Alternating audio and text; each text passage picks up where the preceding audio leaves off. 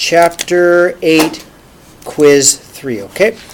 So I'm going to do this on a separate sheet of paper, number 1. I'll go slowly, and I bet you'll learn a lot better because you're paying attention and not talking. Okay, triangle CAT,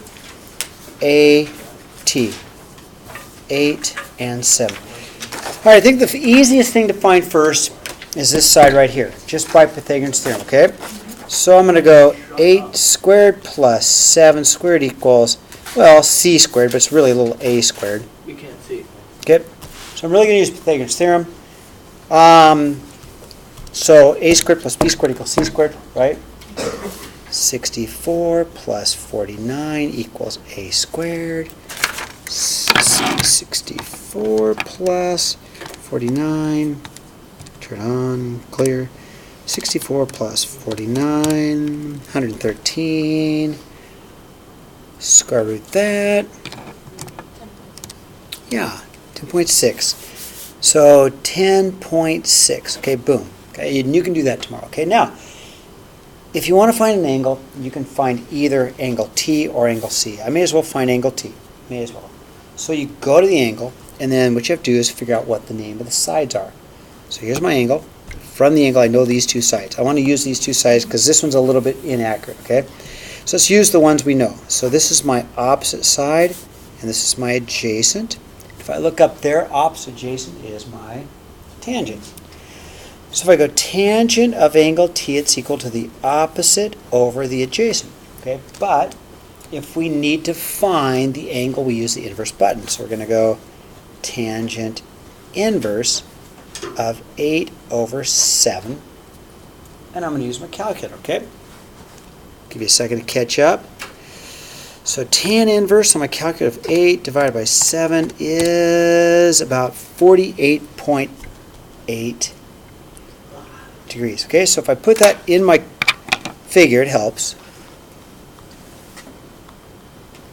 So then if I want to find angle C, I'll just subtract from 90 because these two angles are always going to be complementary, meaning they add up to 90. So to find angle C, I'll go 90 minus 48.8. 90 minus 48.8, and I get an answer of about 41.2 degrees. Okay? Thumbs up? Okay. Let's look at number 2. Okay, slide it up. Okay, slide it up. Okay, number 2. So here's what I have. I have sine of theta is equal to 5/13. Okay, so first, right triangle. Let's draw a triangle, okay? Let's put theta here. Okay, so if I draw a triangle, it helps. So what I know is sine is equal to the opposite over the hypotenuse. So that means my 5 goes right there, because that's the opposite side, and my 13 goes right there. What I'm going to need, though, is this third side. And I'm going to use Pythagoras Theorem to get that. Okay, so to find this third side, I'll go a squared plus 5 squared equals 13 squared, right? A squared plus 25 equals 169. Minus 25, minus 25. A squared equals 144. Square root, A is 12. Okay, so this side's 12. Now, our question, though, says find. The question really says find the other 5 trig ratios, okay? So I have everything. I have my opposite, I have my hypotenuse, and I have my adjacent, okay? And that's going to help. So I'm going to set it up. Sine of theta. Well, sine is equal to the opposite of hypotenuse, right? 5 over 13. I already knew that, didn't I? It's okay. Cosine of theta. Oops. Adjacent over hypotenuse, which is 12 over 13. Tangent of theta. Tangent of theta is opposite over adjacent, so it's 5 over 12. Now, the cofunctions are just the reciprocal. So the cosecant of theta is just the reciprocal of 5/13. It's just 13/5, because these are reciprocals of each other. The secant of theta is the reciprocal of cosine, which is 13/12. And the cotangent of theta is the reciprocal of this, which is 12/5. That's it. That's all you have to do tomorrow. Thumbs up?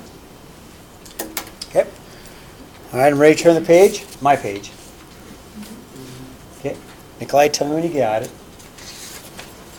I'll turn until you guys are ready. Okay.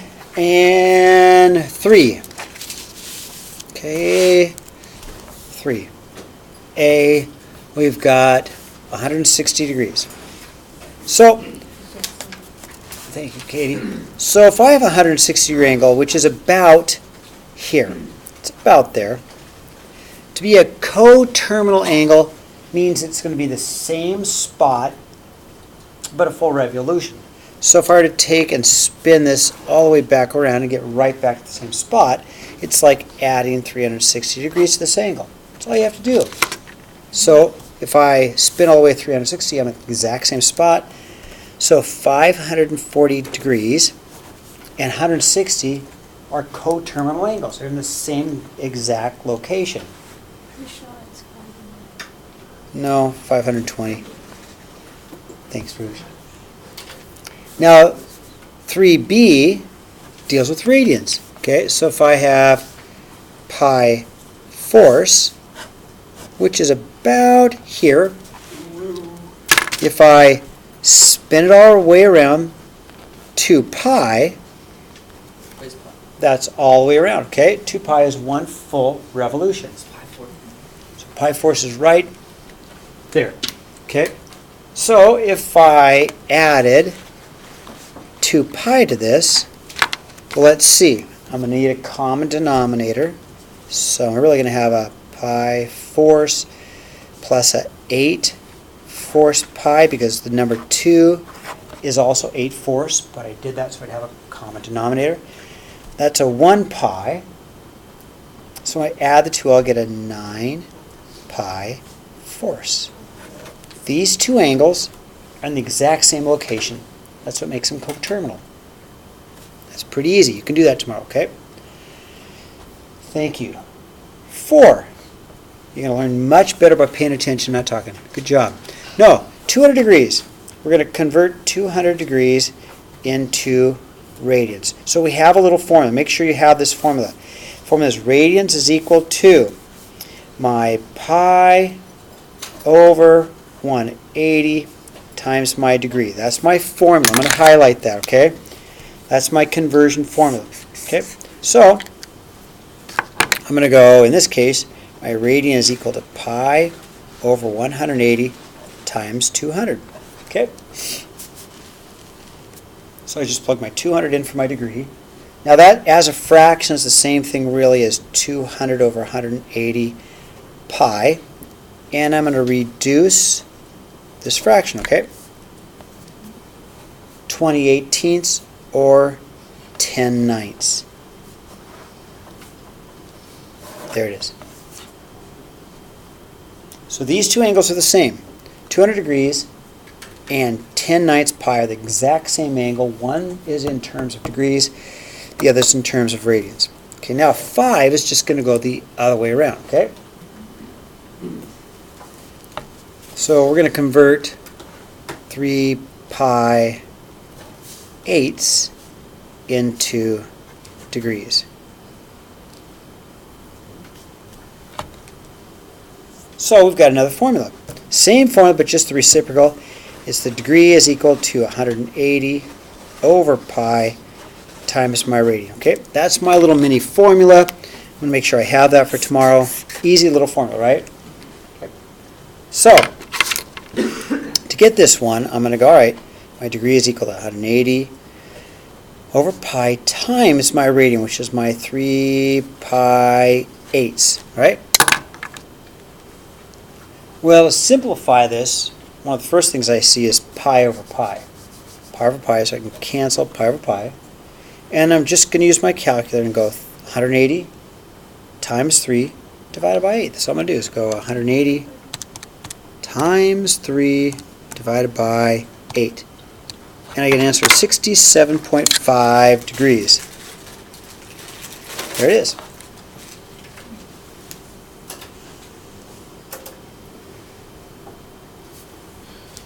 When you do that on the calculator, what are you doing?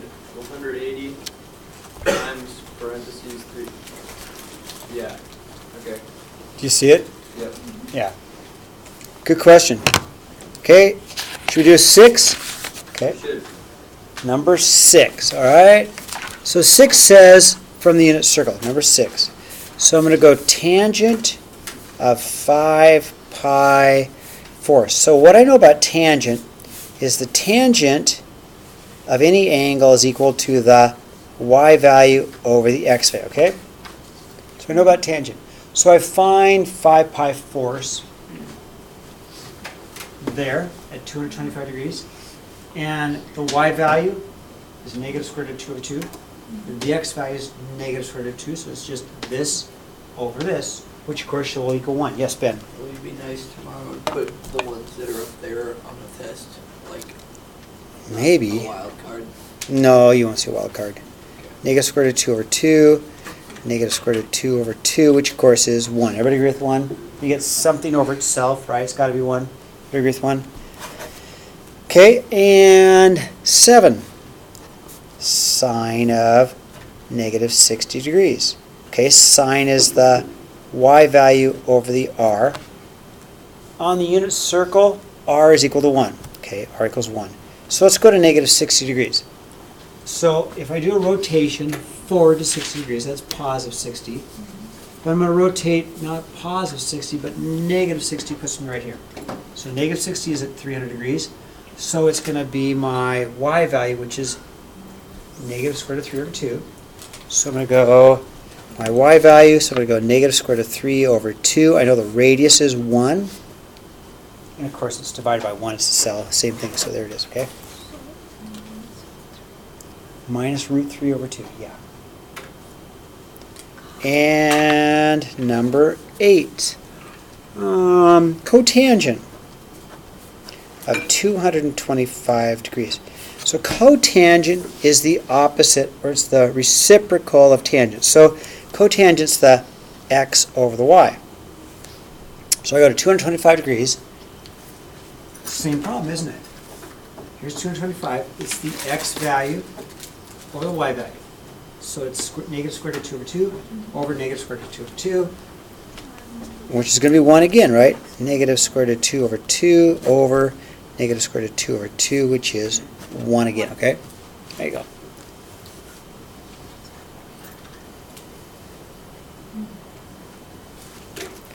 All right, 9. We need a reference. Question about that one? Yep. How do we know if it's like x over y or y over x? Is that something we got to memorize? So I've got him here, and I'll leave him Okay. here. Got them there. Got him there, and I've got him there, okay? Yep. What's the r mean? It's the radius of the circle. Okay. So, Cooper, if I can show real quickly, if I look real quick to the back. Oh, not the back, the warm-up. Let me check the warm-up. Where's my warm-up? Hold on. Well, Here's mine. no, yes, there's warm-up. Sorry, my bad. So, Cooper, real quick. If we had a problem like this, and we've had these in our homework, let's say this is negative 5, 3. See this problem here? The radius is not 1, is it? This is not on the unit circle. If you are on the circle, the radius is always 1. Does that make sense? Okay, let me keep going, okay? Number 9, we need a reference angle. So if I look at number 9, if theta equals 130 degrees. Okay, so real quickly, I'm just going to make a sketch of it. If I use a protractor, I don't even really need a true protractor. I just know 130 degrees is about there, right? So that's 130 degrees. I need a right triangle. To have a reference angle, I need a right triangle. This is not a right triangle, but this triangle right here is a right triangle, right? So the reference angle is this angle here. That's my reference angle. I know 180 degrees to make the full half circle, so theta is 50 degrees. Because 130 plus this angle, 50 makes 180. But you need a right triangle, the reference angle, because it's right triangle trig, right?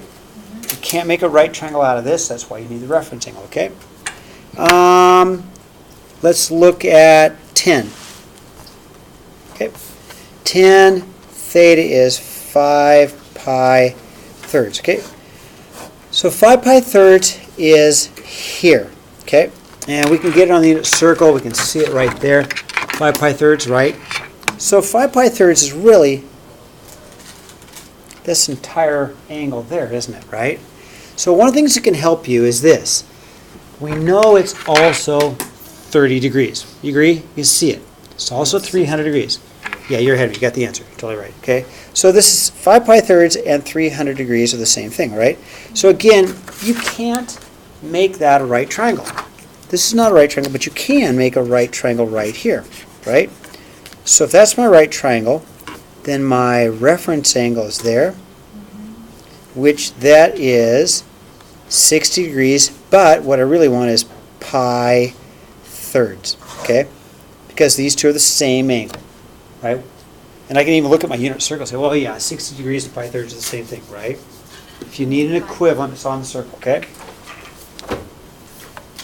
Thumbs up? Thank you. Everybody's going to learn better, including you, if you're quiet. Turn the page. 11. Well, you don't need to turn the page, I will. Okay, so, number 11. We have a discus ring. The diameter is 5, and there's a throwing area. Throwing area has an angle of about 56 degrees. Okay, so if I drew a picture, it looks something like this. Okay, what I need is this arc length. Okay, here's how I'm going to do it. The circumference of a circle is equal to 2 pi r. Okay? The radius is 2.5, right? So the circumference of this circle is 2 pi times 2.5. Okay? So that's all the way around. So my circumference of this circle is really 5 pi. Okay? All right? All the way around. You guys with me? So if that's the case, I don't want all of the circle. I only want part of it. And I want only 56 degrees out of the full 360. I'll say it again. I don't want the whole circle. I want 56 out of the 360. So I'm going to take and get this to be for my sector, or my arc length. Let's call it arc length for right now. What's half the diameter? Yeah, if the diameter is 5, what's the radius? There you go. Okay, so the arc length is going to be this part of it. So it's going to be my 56 out of 360 times my 5 pi.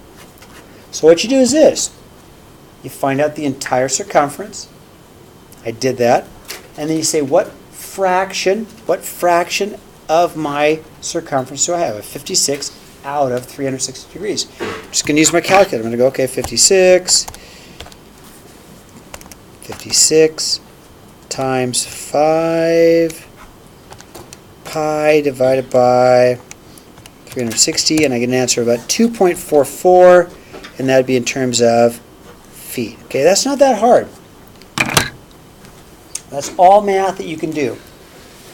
All right, we're doing great. Let's turn the page, and let's look at 12, all right? I'll wait for you. This should be a very doable assignment, okay? All right, let's look at 12. So 12, all right. A 6-foot man sights the top of a building at an angle of elevation of 54 degrees. If he's standing 80 feet away, how tall is the building? So let's draw a picture, okay? So here's my picture. Here's my 6-foot man.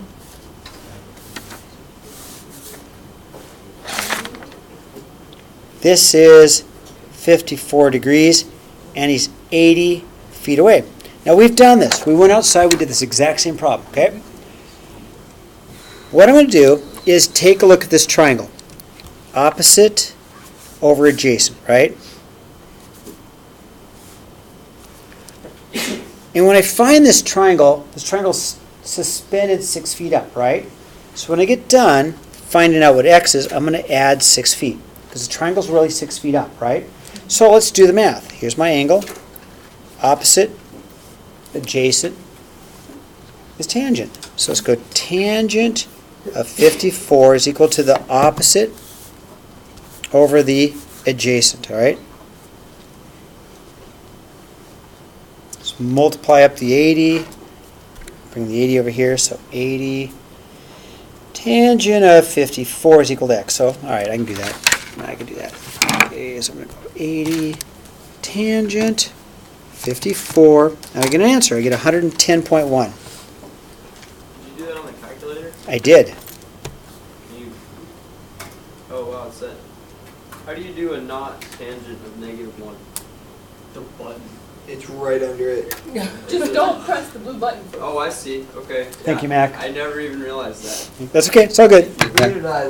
Yeah, that was perfectly said. Thank you. I don't even have to calculators. Okay, so then let's add in the 6 feet, right? Plus 6, 116.1 feet. Cooper, very good question, because if you hadn't asked, you would have been in trouble tomorrow, right? Right, I would have sucked. Great question. How am I doing? And thank you. You're learning much better. Might be more boring, but you're learning, right? Okay, 13. Can I have my question now? Yes. Are you going to call my mom? No. You're being very good. Okay, 13. Okay, an airplane is traveling at a height of 55,000 feet and begins a descent to the airport at an angle of depression of 16 degrees. Okay? Okay. How far is the airplane from the airport? Okay, so let's go ahead and set this up. So, let me draw a picture, because I like the pictures. Here's my airplane. It begins a decent. Descent, did I spell it wrong? Did I really spell it wrong? Yeah, that's fine. It's okay. I did, descent. All right, here's my airport. Way down here. There's my airport tower. So the airport's going to travel down to the airport. It has an angle of descent, not descent. Thank you, I'm going to have to fix that, of 16 degrees, right? The airplane's 55,000 feet away. So I need a right triangle. Yeah, It's high. yeah, it's high. They do fly that high. No, you said away. And that's supposed to find how far away we are. At a height of 55,000. Yeah. Yeah. Oh. Okay, I need a right triangle. You guys see my right triangle? Maybe like a special bomber board. Right. Okay. So this 16 is also here. Remember that from geometry? These two angles are equal. Okay. So here's what I want to find. How far away is the airplane? Okay. So if I look at my right triangle, here's my angle. Opposite. Hypotenuse, right? I'm going to use sine. I'm going to go sine of, 55,000, the opposite. because I'm using this angle. Oh. Sine of 16 is equal to my opposite, 55,000, over my hypotenuse, which is x, okay? Now, if I have to solve, I'm going to multiply, but I have to multiply by x this time, so the x comes up here. So x times the sine of 16 equals my 55,000. Now I still need to solve. So that's x times the sine of 16. So I'm going to divide by sine of 16, divide by sine of 16. I'm just going to use my calculator. And it should be a big number because we're a long ways from the airport. 55,000 divided by sine of 16. And I get an answer of 199,537 feet. And that's a fine answer. If you do decide to divide it by 5,280, we'll get miles. Sorry. All these numbers are weird to you because you're doing everything in kilometers, aren't you? Don't worry about it. Or you're about 37.8 miles. You do not have to do this step. You just need that answer, okay? Okay. But miles makes more sense, doesn't it? How far away is the airplane? We'd say just about 40 miles away, okay? Give us extra work. No, I know. All right, you ready? We got 2 more to What would do. be in inches? We'd have to multiply that by 12. Yeah. Multiply by 12 then. Yeah. So you should put your answer in millimeters. Wait, why don't we multiply by 12? No, don't. Convert it to millimeters. Don't. Just ignore them. Once again, you're getting off track. Okay, number 14. Okay, 14, we got a carpenter. He's going to build a roof. Okay, so the roof is going to look something like this, right? And the height of the roof is 18 feet. And the side of the roof needs to be 24, okay? So again, we need a right triangle.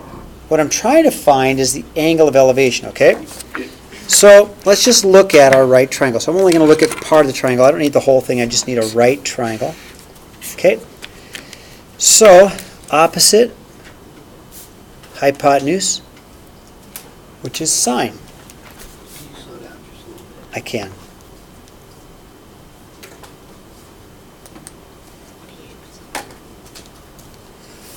By the way, that would be, Opposite is 18. 52,677,768 Thank you. millimeters away. Right. Now, if we need to find the angle, we have to just hit the inverse button, right? Sine inverse of 18 over 24, because we need the angle, right? So if I use my calculator, this time, Cooper, use the inverse button, right? Yes, sir. And I get an answer of about 48.6 degrees. Okay, not too bad. Not too bad. Okay, last problem. Hallelujah, we're going to make it, huh? All right, Yes. 15 takes a little extra work, and I'll show you why. Okay, 28, 10, and 10. So I need the area. Okay, now the area of any triangle is going to be 1/2 base times height, right? So the very first thing we're going to do, cut the triangle right down in half. Does that make sense? Okay, and I'll wait for you. Very first thing we're going to do is just cut the triangle right down the middle, okay? And what I've done then is I've created a right triangle. Okay, so What if the two numbers on the sides aren't the same? you wouldn't work. Really good question. It has to be isosceles. That was a very good question. Oh, great. Which We would need a different kind of math, which is what we're going to learn next week. Yes, Ben. means the top angle is 14. Okay, good. Ben's right. So let's make this 14 degrees. And let's just deal with this triangle. Let's find the height first, h. So if I'm going to find the height from my yellow triangle, that's my hypotenuse. And the height is really the adjacent. So adjacent hypotenuse, I'm going to use cosine. So I'll take cosine of 14 is equal to my adjacent, which is h, over my hypotenuse, which is 10. Okay? Wait, but wouldn't the corresponding angle be 76? Yes, you could use that too. Yes. I'm going to do it this way, though. Okay, multiply by 10, you're totally right. Multiply by 10. 10 cosine of 14 equals h, right? I'm just going to use my calculator. 10 times the cosine 14, and I get an answer of about 9.7, okay, for the height. So let me redraw my triangle real quickly. So I know the height is 9.7, but I don't know the base, right? I don't know the base. So what I'll do is I'll go back to my triangle, and let's go ahead and call this, well, let's call it B for base, okay? Let's call it B. Nope. You're way ahead of me. Yeah, yes, I'm not going to do it that way, but you're correct, okay? So, how about Pythagoras Theorem? Okay, you guys all right with Pythagoras Theorem? Uh-huh. So, we're going to go 9.7 squared plus b squared equals 10 squared, right? 9.7 squared is about a 94.09 plus b squared equals 100 minus my 94.09.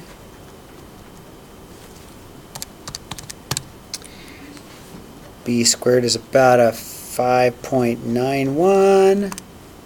So I'll go square root of 5.91, square root, and I get a 2.43. But that's this distance here, right? Right, so we gotta double it. Right. So we're going to double it, because I got 2.43, 2.43, or 4.86. 0.43 times 2 is a 4.86, yep. So now it's easy. Now it's just basic middle school math, right? So my area is 1/2 4.86 times 9.7 times 4.86 times 23.57. Yeah, 23.5. I'm going to say 57. How's that sound? Centimeters squared. Okay, you did a nice job. I've got a real small homework assignment. Seriously, really small. You need to practice this. Yes.